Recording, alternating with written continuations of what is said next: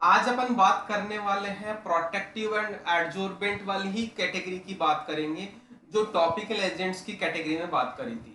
Topical agents में आपने ध्यान दिया होगा, हमने डिफरेंट डिफरेंट क्लासिफिकेशन किया था। उसी का अपना एक एग्जांपल है प्रोटेक्टिव एंड एडजॉर्बेंट का। प्रोटेक्टिव एंड एडजॉर्बेंट में आपका जिंक ऑक्साइड की बात करेंगे यार। जिंक ऑक्साइड में जिसको जिंक ऑक्साइड जेडन उसका फॉर्मूला है, बट ओबियस है। प्रोटेक्टिव इसकी कैटेगरी है। प्रोटेक्टिव की कैटेगरी कौन सी है? टॉपिकल एजेंट्स में। तो यहाँ पे अपन बात करेंगे सबसे पहले इसके प्रिपरेशन की। प्रिपरेशन में इसकी दो मेथड्स है। पहली मेथड है सिंपल मेटेलिक जिंक की रिएक्शन हम हवा से करवा देते हैं, एयर से, जिसमें ऑक्सीजन अवेलेबल होगा। ये आपका जिंक ऑक्साइड बन गया। ओके, ये आपका जिंक ऑक्साइड बन गया। सिंपल है, जेडएनओ। यहाँ पे दो जिंक के काम मॉलिक्यूल सॉरी एटम्स काम करेंगे, दो जिंक ऑक्साइड बन जाएंगे। ओके, जो आपको एज ए प्रोटेक्टिव के तौर पे काम आएगा। ओके, फिर आता है नेक्स्ट दूसरा कैटेगरी, जिंक सल्फेट के साथ में भी से भी रिएक्शन करवाई जा सकती है। जिंक सल्फेट से भी बनाया जा सकता है। इसमें थोड़ी रिएक्शन हमें बड़ी करनी पड़ेगी, सोडियम कार्बोनेट और वाटर के साथ रिएक्शन करना पड़ेगा। यह आपका क्या है? जिंक सल्फेट है, इसको हम बोलेंगे जिंक सल्फेट। ओके, और इसको बोलेंगे सोडियम कार्बोनेट। Sodium carbonate. और उसके बाद में जो एक कम दोनों का जिंक सल्फेट और उससे दोनों से एक कॉम्प्लेक्स बनता है। ये इस कॉम्प्लेक्स को हम क्या करते हैं? गरम करते हैं। इसका मतलब होता है गरम करना, मतलब हीट करना। हीट किया तो क्या होगा? इसमें से कार्बन डाइऑक्साइड और वाटर बाहर निकल जाएगा और हमारा मॉलिक्यूल जो जिंक ऑक्साइड है ये बन गया, जिसको हम बोलेंगे जिंक ऑक्साइड। ओके, इस तरीके से हम दो तरीके से बना सकते हैं। जस्ट रिपीटिंग, जिंक मेटल को हम ऑक्सीजन से रिएक्शन करवाएंगे तो जिंक ऑक्साइड बन जाएगा। दूसरा यहाँ पे है जिंक सल्फेट के साथ सोडियम कार्बोनेट की रिएक्शन करवाएंगे तो आपका फिर उसको गर्म करेंगे, गर्म करके निकलेगा जो उसको अपन बोलेंगे जिंक ऑक्साइड। ये तो हमारा बनाने का तरीका हो गया। बात करते हैं अब इसके प्रॉपर्टीज की। तो प्रॉपर्टीज में बहुत सिंपल है, जैसा हमने डिस्कस किया था टैल्क के बारे में। टैल्क के बारे में तो आपको वही लगभग लगभग वही नेचर है, थोड़ा सा डिफरेंस है। देखिएगा क्या क्या डिफरेंस है, बट ओबियस है। पहला point, odourless white fine powder. White के साथ में हल्का सा येलोइश भी हो सकता है, हल्का सा येलोइश भी हो सकता है, और व्हाइट फाइन पाउडर होगा। फाइन पाउडर है, जिस तरह से टैल्क की बात करेंगे, इसका मतलब क्या हो गया? Free from grittiness. Free from grittiness का मतलब बहुत ज्यादा स्मूथ नेचर का है, बहुत ज्यादा स्मूथ नेचर का है कि उसको हम टच करेंगे तो ग्रीशी नेचर आएगा, उसमें पार्टिकल्स की फीलिंग नहीं आएगी। बहुत फ्री फ्रॉम ग्रिटीनेस उसी को बोलते हैं। ओके, और जैसा कि प्रोटेक्टिव, जैसा मैंने बोला था कि प्रोटेक्टिव का नेचर कैसा होता है? इनर्ट रहता है। इसका मतलब समझ जाना आप, इनसोल्युबल इन वाटर रहेगा। वाटर इनसोल्युबल है, अल्कोहल में सोल्युबल नहीं है।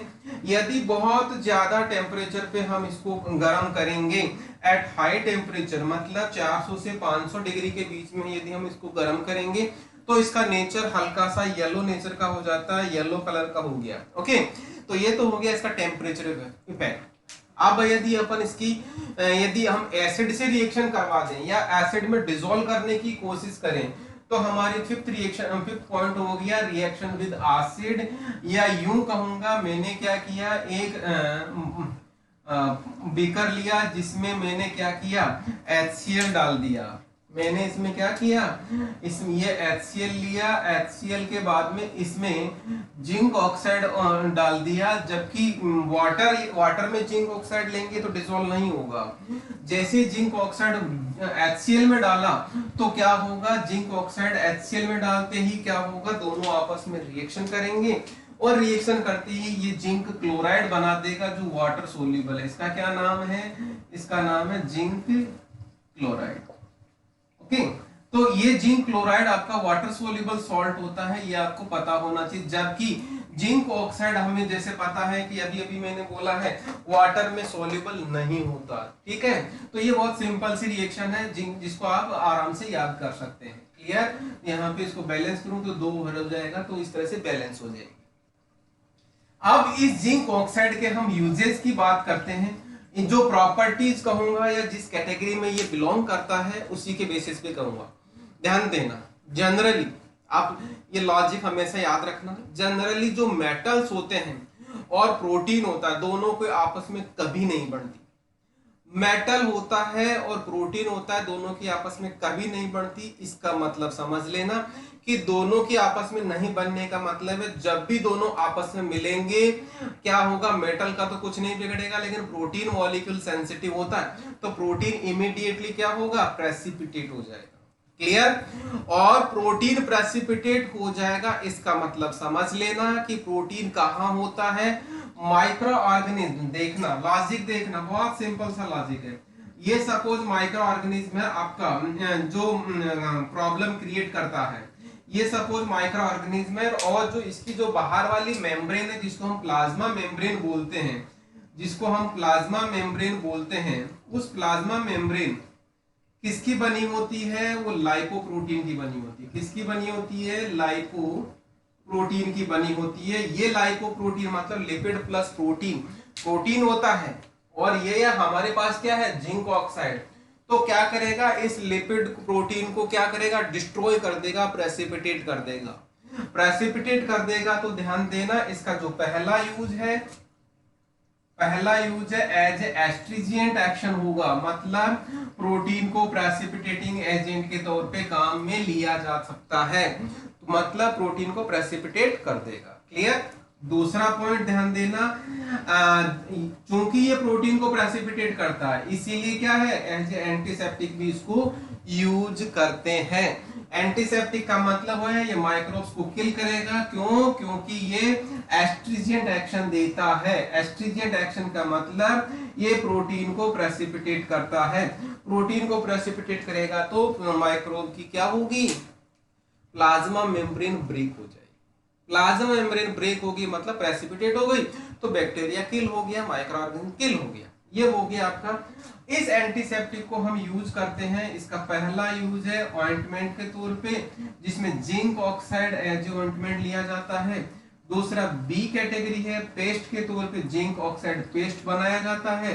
तीसरा इसका यूज है एज ए लोशन, जिसको लोशन बनाया जाता है। ये सभी तीनों चीजें कौन कौन सी, मैं ऑइंटमेंट की बात करूं, चाहे पेस्ट की बात करूं, चाहे लोशन की बात करूं, ये सभी चीजें डिपेंडिंग ऑन द कंडीशन यहाँ पे ट्रीटमेंट के लिए यूज की जाती है। अर्टिकेरिया और एक्जिमा, मतलब यूं सिंपल सी वे में बात करूं तो स्किन की जो प्रॉब्लम्स होती है, खुजली वगैरह के टाइप का, उस को ट्रीट करने के लिए यूज की जाती है। कौन कौन सी, ऑइंटमेंट, पेस्ट एंड लोशन के फॉर्म में हम लेते हैं किसको, जिंक ऑक्साइड। ओके, ये तो हमारा एंटीसेप्टिक का पार्ट हो गया। दूसरा अपन बात करते हैं third point, that is as a dusting powder. Dusting powder में ध्यान दीजिएगा, कल भी मैं पिछली क्लास में भी मैंने बताया था कि डस्टिंग पाउडर क्या होता है।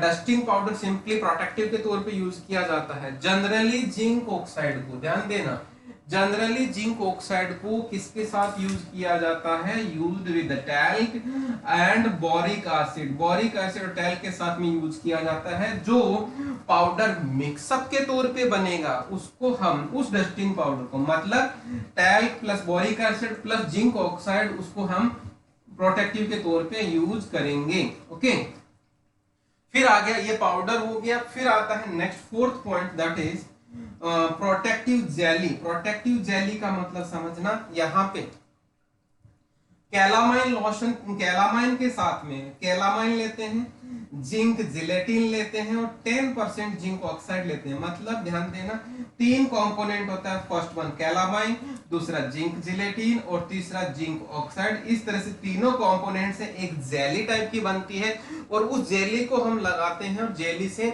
एक प्रोटेक्टिव कवरिंग बनता है जिसका पेशेंट को फायदा होता है। मतलब इसको प्रोटेक्टिव के तौर पे यूज करते हैं इन तीनों से जो जेली बनती है। क्लियर? फिर आता है next fifth point, that is in manufacturing of adhesive taps. मतलब ध्यान देना, जो हम टैप लेके आते हैं, बैंडेज वाली एडहेसिव टैप लेके आते हैं, उसमें जिंक ऑक्साइड होता है।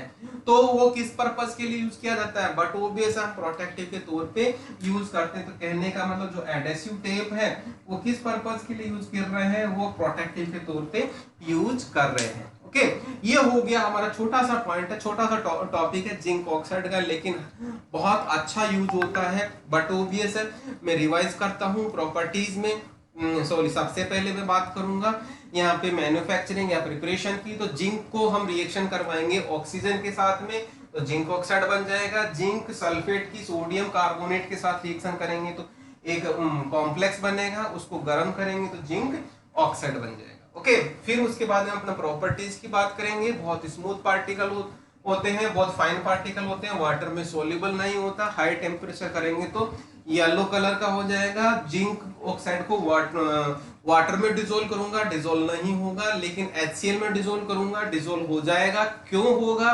क्योंकि जिंक ऑक्साइड HCl के साथ रिएक्शन करके जिंक क्लोराइड बना देता है। Zinc chloride water soluble salt होता है। ओके, ये हो गया इसका प्रॉपर। फिर उसके बाद में यूजेज में एज एस्ट्रीजेंट, क्योंकि प्रोटीन को प्रेसिपिटेट करता है। एंटीसेप्टिक, तो एस्ट्रीजेंट एक्शन की वजह से एंटीसेप्टिक होता है, जिसमें डिफरेंट ऑइंटमेंट, पेस्ट, लोशन को यूज करते हैं अर्टिकेरिया और एक्जिमा की प्रॉब्लम में। एज डस्टिंग पाउडर, जिसमें बोरिक एसिड और टैल्क के साथ में यूज करते हैं जनरली। फिर प्रोटेक्टिव जेली में कैलामाइन, जिंक जिलेटिन और जिंक ऑक्साइड लेते हैं। जिंक ऑक्साइड यहाँ पे 10% लेते हैं। और लास्ट में है एडेसिव टेप्स को बनाने के काम में भी इसको लिया जाता है, जो कि प्रोटेक्टिव के तौर पे यूज होता है। यदि क्वेश्चन आता है right short note on zinc oxide, तो आपको शुरुआत से लेके एंड तक कंप्लीटली लिखना है। 5 नंबर का जनरली इस पे क्वेश्चन आता है, या तो 5 नंबर का या 4 नंबर का। क्लियर? ये हो गया आपका पूरा का पूरा जिंक ऑक्साइड। ओके,